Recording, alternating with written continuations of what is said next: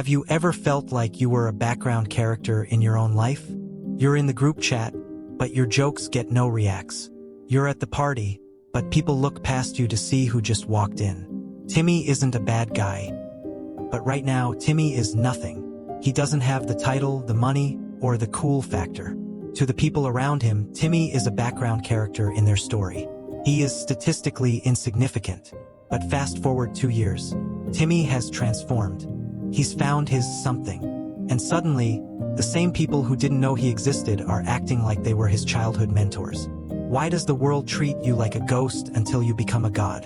Today, we're diving into the dark psychology of status-based validation and why Timmy's glow-up revealed a terrifying truth about human nature. Why was Timmy ignored when he was just regular Timmy? It comes down to a psychological concept called social exchange theory. Subconsciously, humans often view relationships through a lens of cost versus reward. When Timmy was struggling, the cost of being his friend, listening to his problems, helping him out, outweighed the reward. In a toxic social circle, people don't see Timmy as a human. They see him as an asset. The zero value perception. Because Timmy hadn't proven his worth yet, the world assigned him a value of 0. Most people are status seekers. If you aren't helping them climb, you're just weight they don't want to carry. Timmy wasn't actually invisible. He just didn't have a return on investment attached to his name yet. Now Timmy hits his stride. Maybe he built an app, or maybe he just finally found his confidence and a career that fits. He is now something.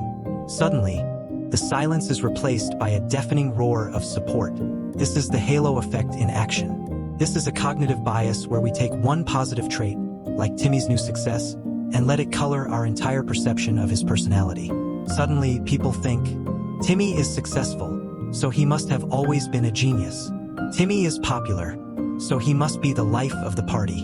The friends who ignored his nothing phase are now experiencing basking in reflected glory. They want to be seen with Timmy because his something makes them feel like something too. They aren't attracted to Timmy. They are attracted to the light he's now emitting. Overall, that's a built-in mechanism in people. They don't want thing until it becomes popular. If others have it, they want it too. The psychological term for this is conditional positive regard. It means people only offer warmth, respect, and friendship on the condition that you are performing well. Timmy starts to notice something chilling. The messages he's getting aren't asking how he is. They're asking what he did. I saw your news. We should grab lunch. I always knew you'd make it big. The real-life reality check. When you are nothing, people treat you based on their own insecurity.